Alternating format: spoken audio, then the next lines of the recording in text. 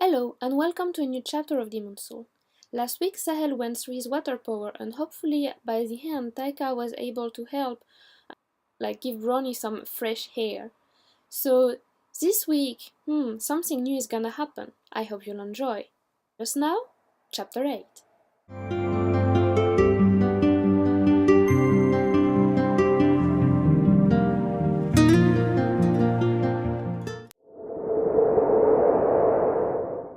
The next morning, Sahel started to talk again and to ask for stories. His temperature was increased a lot during the night and was mostly back to normal. Only his feet, hands, and face were still as cold as ice. It was like he had stayed in a cold winter wind without gloves, scarf, or hat. His feet deep in the snow. It's just a bit colder than that, Bruni thought. She still had to remove the ice forming on his face from time to time. The warm air bubble was still moving slowly around him. He tried to clap happily, but striking his hands against each other was probably painful at this time, as a flash of brown arrived on his wings. He looked at his hand strangely, and made a little tornado appear. That had been his favorite game a few days ago. But this time, instead of turning slowly in his hands, the tornado transformed into an ice cone and fell on the floor. "Brownie, broken," Sahel said sadly. The little pieces of ice remaining of the tornado were melting slowly on the floor. "That's because you don't control your ice properly yet, I suppose," Brownie said. "You need to be a little patient." "Patient," Sahel repeated. "Yes, that shouldn't take too long now," she said, with a hand on his forehead. "Patient, back," Sahel said, frowning. "You don't have much choice, you know," Brownie laughed. "Soon you will have liquid power coming too." "Quit," Sahel said. He almost clapped but remembered the pain of the previous time and just stayed looking at his hand. "Stoy, please," he suddenly said. "I already read all of them," Brownie said. She got up, leaving him on the bed. "Let's see," she said, going to her bookshelf. "Brownie," Sahel moaned plaintively. "It's just for a minute," she answered, without looking at him, still looking for a suitable book. "I'm just getting you a new book." "Bo," Sahel said again, but he didn't have time to finish. A big bubble appeared out of his hand and splashed in his face. Brownie turned around at the noise, just to see multiple bubbles going out of Sahel's hand. They were splashing everywhere in the room, and acting more like balls of water than like actual bubbles. She ran to him. He was looking at his hand, terrified, with his dark green flapping confusedly in his back. Brownie picked him up and brought him to the bathroom. It's okay. Just let them out. When they will be tired of it, they will stop," she said, trying to be reassuring. She sat with him on the edge of the bathtub and took his hand to direct them down. "Brownie, quitte pas," Sahel said. "I know, it's a little strange. I wasn't expecting it that way," Brownie said. "That way," Sahel said with a strident voice, shaking his head. He seemed very worried. She started to cradle him. "At least this one is not painful, right? It's funnier than the other. Just have to wait." And they waited. The evening came and Sahel's hands were still leaking bubbles.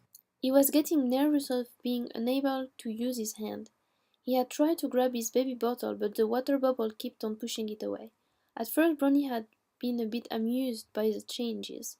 This power was amazingly not painful to Sahel, but she was really wondering how long it would take before his hands stopped producing bubbles on their own.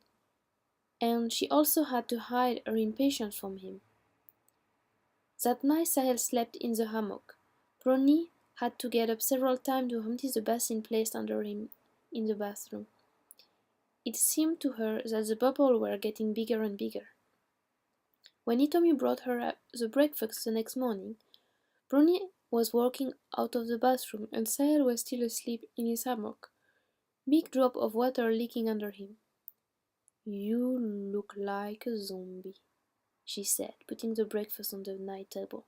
"Thanks," Brownie said bitterly. That wasn't the first time she had heard that in the past few days. That's not going to change anything soon. He still has his Earth power to get after this one. It's strange, Itomi said. The others are just born with their powers. Just like that. Or they manifest at some point. Why is that Sahel is so different? Because he's a demon, Brony answered, starting to brush her hair slowly. They have to suffer for what their ancestors have done before. That's so unfair, Itomi said, looking at Sahel and wondering who would ever be cruel enough to harm a little baby like him. Only one left, right? She asked. Yes, Brony said softly. Only one. When Sahel woke up, Brony took him back to the bathroom. She had all planned this time. As he left the bubble plashing in the bathtub, she was giving him his milk and reading a story. She was getting a bit bored, but at least Sahel seems to have fun. And it suddenly stopped. She was reading about a dragon spitting fire when Sahel started to clap. She didn't realize immediately what was going on, but Sahel turned around to give her a big hug. Nothing left? It's finished? You're sure nothing left? Nothing left, Sahel said. She took him back to the bedroom, put him on the bed, and left lying down next to him with a tired and nervous laugh. Sahel started to push her, a bit scared. Bonnie, Bonnie, he said with a very small voice. She looked at his little scared face and hugged him. I'm sorry, sweetie. It's okay. I'm just a bit tired, that's all, she said softly. There is only one left. Only one, she whispered. She cuddled him and played with him until they both fell asleep. For what she was hoping to be a good and restful night, but her hope suddenly disappeared when the earth started to shake below her bed. The room was unlighted by moonlight. She looked at Sahel. He was in a sort of trance, his entire body straightened up and his little fist closed strongly. She took him in her arm and stroked his back tenderly, trying to make his muscle relax. Hers, she thought. That's it. After that, everything is going to be back to normal. I just have to be with it a bit longer. Just a bit longer. And Sahel will be like a normal baby. She wrapped Sahel in a blanket and carried him to Gideon's room. She knocked at the door softly, not to awake everybody around. Gideon opened the door yawning and stroked his eyes. What's going on? He whispered, half asleep. You told me you knew what to do when the Earth's power manifests. You better do it fast because... Her voice broke and tears started to fall along her cheeks. Sahel's breathing was starting to be very weak, the rigidity of his muscle propagating to his chest. Lay him on the bed, Gideon said. He walked to his desk and opened the first drawer. He turned around, impressed by the noise, as soon as Brony had laid Sahel on the bed. It had started to shake. Hurry, Brony said, a bit panicking. Gideon pulled out several ingredients, herb and incense cone, out of the drawer. He put some in the brown clay bowl and started to mix them with a few drops of oil, with a very weird bluish color. Brony was looking at him and pulling a tuft of hair away from Sahel's forehead anxiously. He finally put the incense cone on the top of it, and lightened them with his magic wand, and brought a smoking bowl near Sahel. Breathing that smoke is going to help him relax his muscle in time, and especially make sure that he can still breathe, Gideon said. Brony was a bit suspicious about all kinds of smoke when it was about breathing. Are you sure it's safe? She said. Why is it so blue? It's because it's a special oil made from a very rare blue flower from Amazonia. It's used to cure some paralysis caused by magic. He is safe, don't worry. I wouldn't use it if I wasn't sure what I'm doing, Gideon answered. Where did you get it? Brony asked, but she was already almost sure of the answer. Sedana gave me a little bottle of it. His uncle brought it back from one of his explorations, Gideon answered. I see, Brony said. There were so many things unknown to her in the magic world, and she really owned the buyer quite a bit now. Taika designed the formula to adapt it especially for Sahel, Gideon added. so it's going to work just fine. She never makes mistakes. He smiled, wanting to be reassuring, but tears were still rolling on Brony's cheek. She wiped them away, but they were still coming back. I hope it's gonna work. So far, it was hard because I had to stay up so that he didn't scratch himself, to bleed, so that his temperature didn't make him burn himself to death, so that he didn't break anything while freezing, or didn't drown himself in a water bubble. But compared to that was okay. I feel so useless now, Brony whispered, sniffling. Gideon passed his arm around her shoulder. You've been doing great so far. He's going to be fine, I promise. He still needs you. Someone needs to tell him a lot of boring fairy tale story while he stays here being Mr. Earthquake. Yeah, one with a dragon. They're his favorite, Brony said, trying to smile. Sahel's hand in hers was shaking her entire body. You see, also he will need to have you here when he opens his eyes, because if it's just me, his wings are going to turn all yellow again, and I don't really want that, right? Gideon smiled. Okay, I'll be courageous just a little longer, Brony sighed. Just a little longer. The bed was still shaking, but Sahel's breathing was looking normal now. So regular and smooth, as if he was sleeping. Brony took him back to her bedroom, where she could set the temperature so that at least he didn't get cold. She tried to open his fist, but there was no use. They were closed so tightly. She also tried to change him, as his new clothes were already too small, but his hard muscle wouldn't move, so there was no use. The only thing she could do was to wait, letting the smoke act. She had said to Sahel to be patient already, but waiting was driving her crazy. She started to walk in circles, eating her nails. Each time she was coming back to him, thinking that he had moved, but after a few disappointing minutes, she started to walk again, unable to stay still in her anxiety. Touching him was making her feel comatose, and each time she had to resist not to fall in the same state as his. For the next 2 days she refused to eat and kept walking around in her bedroom, stopping to rest on the armchair the boy had brought for her next to her shaking bed. She was dying to hold Sahel and to hear his baby laugh again. Each time she fell asleep, she woke up in cold sweat, thinking that something terrible had happened to Sahel. Okay, that's it. You sit down and eat, Itomi said. Leave it on the night table, Brony answered, pulling the blanket on Sahel's shoulder for the 6th time in a row. The blanket is fine, Itomi said. She pushed her so that she fell sitting on the sofa and gave her the plate. Eat. Brony looked at the plate skeptically. I'm not hungry. I'll eat later. You eat now. I'm not moving until this plate is empty. You're going to get sick like last time if you don't just do it. I'll leave you alone, Itomi answered, throwing her such a scary look that Brony had no choice but to take her fork. She started to eat under Itomi's dark eyes, remembering that time when she had an argument with you. He didn't come to see her the next day, and even the day after. She got so worried about never seeing him again that she had stopped eating and felt very sick. I don't understand how you can stop eating like that, Itomi said. Each time Ronnie was adding food in her mouth, it seemed extremely hard for her to swallow it. She didn't answer and kept on eating slowly.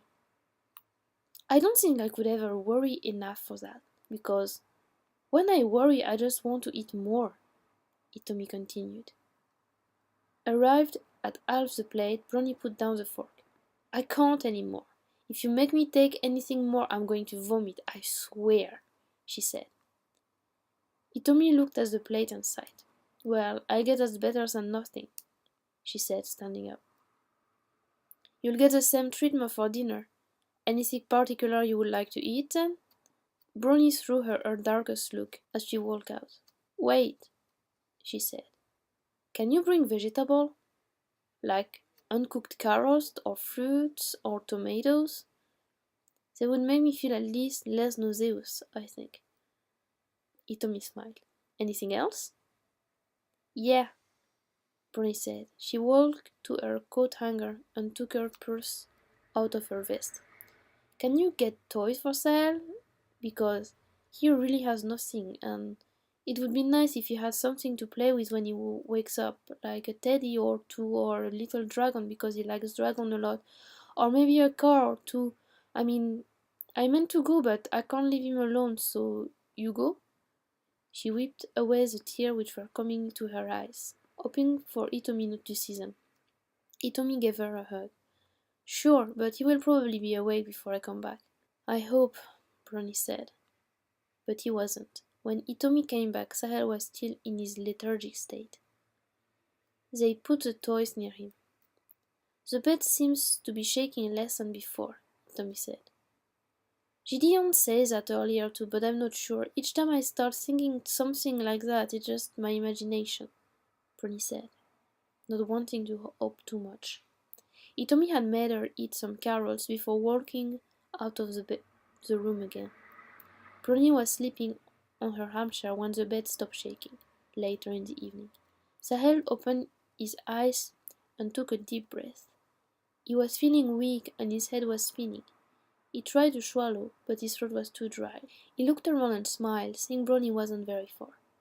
Brony, Brony, he said weakly. Brony woke up, thinking she was dreaming again. She looked straight at Sahel, who was trying to sit down on the bed. She hugged him, not believing it. Are you okay? Are you okay? She repeated until her voice broke. Okay, okay, Sahel said, hugging her too and starting to giggle. She couldn't stop hugging and kissing him. It felt to her as she hadn't seen him in months. She only released him when she heard his stomach making noise. Are you hungry? She asked. Of course you're hungry. What am I thinking? Want bread, Sahel said.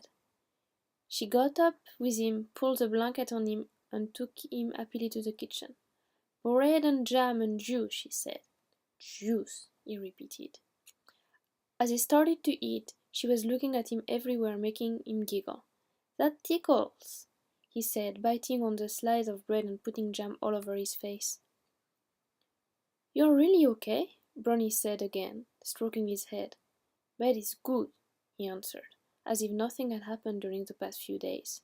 Brony hugged him again, making him giggle, wondering how it was possible for him to be that happy now, when he had seemed to her that he was not going to move ever again.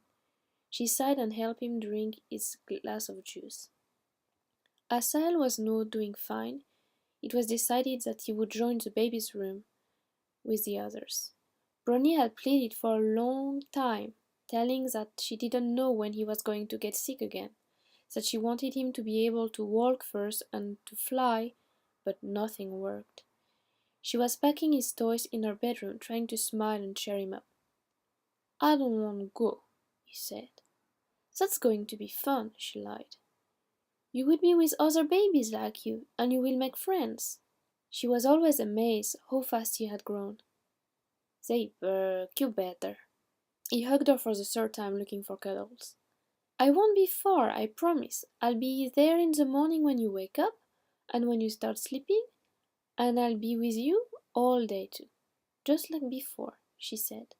Sahel put in and started to play with his teddy. It was a very stuffed grey elephant, which had almost never left him since he woke up from getting his horsepower a few days ago. Hitomi had really made a good choice. Let's go, Brony said, picking him up with a bag of toys on her shoulder. Sahel's wing turned dark green suddenly. Don't be scared. I'm not leaving you alone. That's just to put your stuff there. You will have a big bed for you alone. That will be fun, she said, smiling reassuringly. He clung at her. Don't go, he said. I won't go, she answered. I'm not letting my little devil, she said, tickling him and walking to the door. When they arrived at the door, Ayokuni flew to them. It's today, he said, all excited. You want to play? Sahel looked at him and hid in Brony's neck. What's wrong?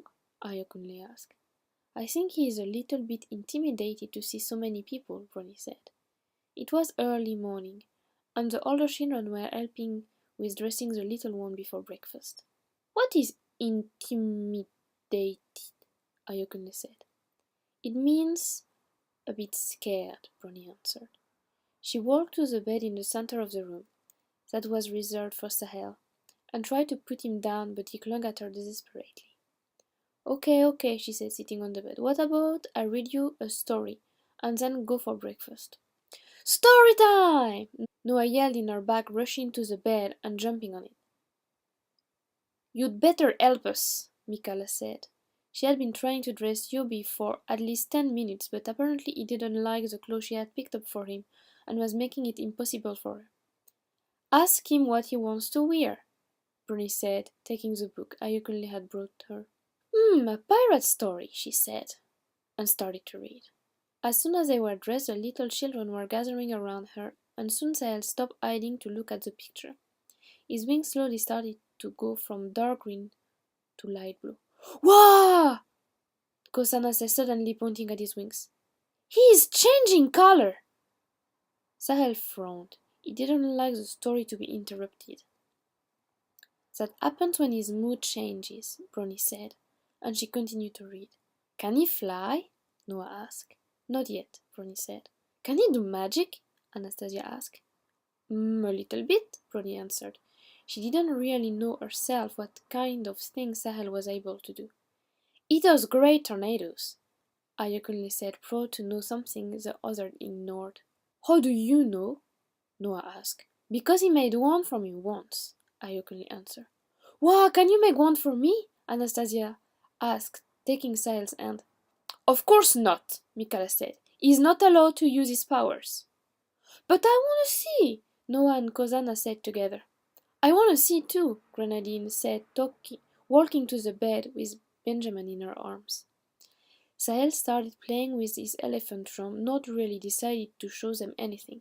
You shouldn't encourage a demon to use his power, Mikala said. It's very dangerous. Bronnie knew exactly what she meant by that, and really didn't like it, but she wasn't ready to argue on Sahel's first morning in the baby's room. He doesn't do it all the time, she said, and she started to read again. Pirates are so scary, Anastasia started to complain a few minutes later with a very little voice. Sahel looked at her strangely. She seemed to be getting really scared. He pulled on her sleeve to make her look at his hand and made a little tornado appear in front of her big surprised eyes. Look, Kozana said, he's doing it! Everybody started to stare in silence at the little tornado turning slowly in Sahel's hand, when a cry made it jump, breaking the magic. I said not to encourage him using his power, Mikala yelled. The tornado is cool, Yubi said, laughing. Sahel's wing turned dark green again, and he clung back at Bruni. Let's go for breakfast, Grenadine said, wanting to escape before the argument started. She pushed the children out of the room. So what was that about? Bruni asked as soon as the children were out of the room. He just shouldn't use his power, Mikala said. He's a demon. You know what that means. Or have you forgotten? He is a baby boy who just wanted to play, and the more he will use his power, the sooner he will be able to do it well, Bruni said bitterly. He is a baby demon, Mikala repeated, insisting on the last word. What if he decides that a small tornado is not enough, and that he wants the other to fly in the room? Bruni sighed, seeing the point coming out. He wouldn't do that. She was stroking Sahel's back softly, between his wings, and feeling his little heart racing in his chest made her want to end the discussion as soon as possible. How do you know? Being a demon is his nature. It is his nature to be nasty and vile. He will do bad things. He will be nasty even if he looks innocent right now, Mikala said. He has a choice. There are bad humans and good humans too. He can choose to do what he wants to do, Bruni said. No human has such destructive power, Mikala said. Bruni had a complete opposite view on the topic, seeing what was happening everywhere in the world. We will talk about it again once he destroys as much thing as Yobi does every day, Bruni said. What if it's not a thing, but someone, Mikala said. You know, Bruni said, interrupted her, getting very pissed. That's why I didn't want him to come here in the first place. Not to protect the other from him, but to protect him against people like you. You think everything is so simple. just black or white. But we have a lot of other children here with destructive power, and they just choose to do what they think is good. Sahel is not different. And he never did anything wrong. Don't you feel a bit merciless condemning him like that? Bruni said calmly. She turned her back to Mikala and started talking sweet words to Sahel. Just make sure it doesn't, Mikala said, leaving the room.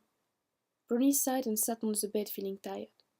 Scary, Sahel said, putting his hands on her cheeks. Yeah, I'm a really scary monster, she said, starting to tickling him.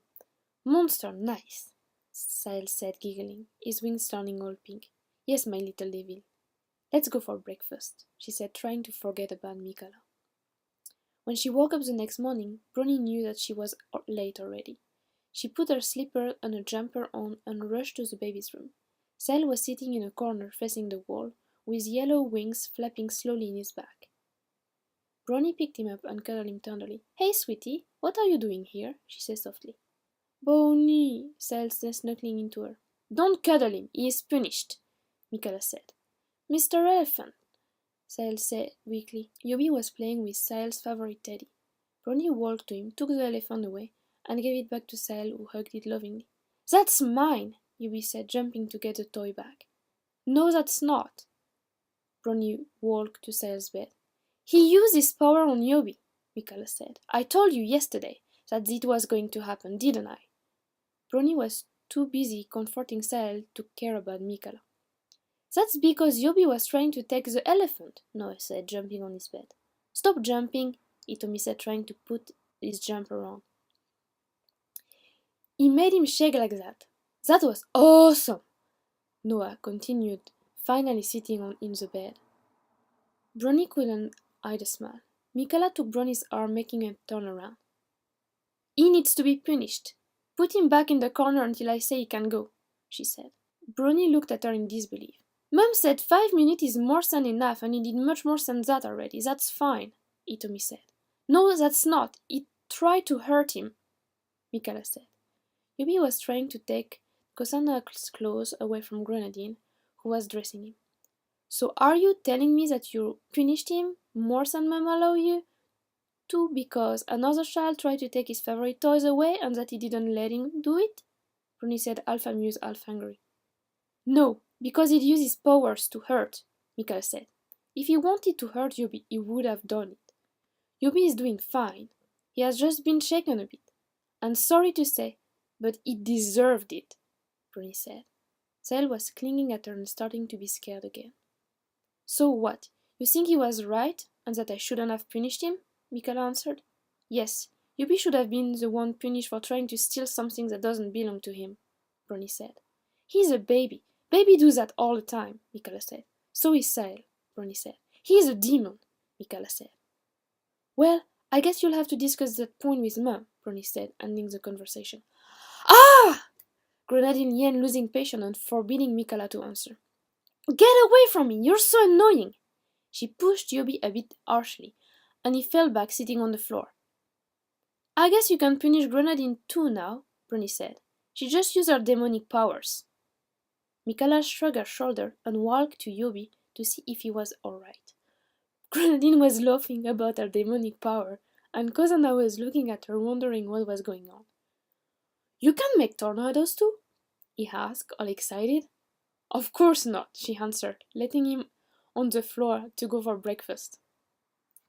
Okay, I hope you like this chapter. As you can see, I was half laughing at the end of it. I particularly enjoyed the demonic power of Grenadine. Anyway, that's all for today. So I hope really that you're enjoying the book and that you got it when it was on sale before, like promotion. If you haven't got it, well, try to message me. Maybe you'll get it for free, Bye! See you next week for the next chapter.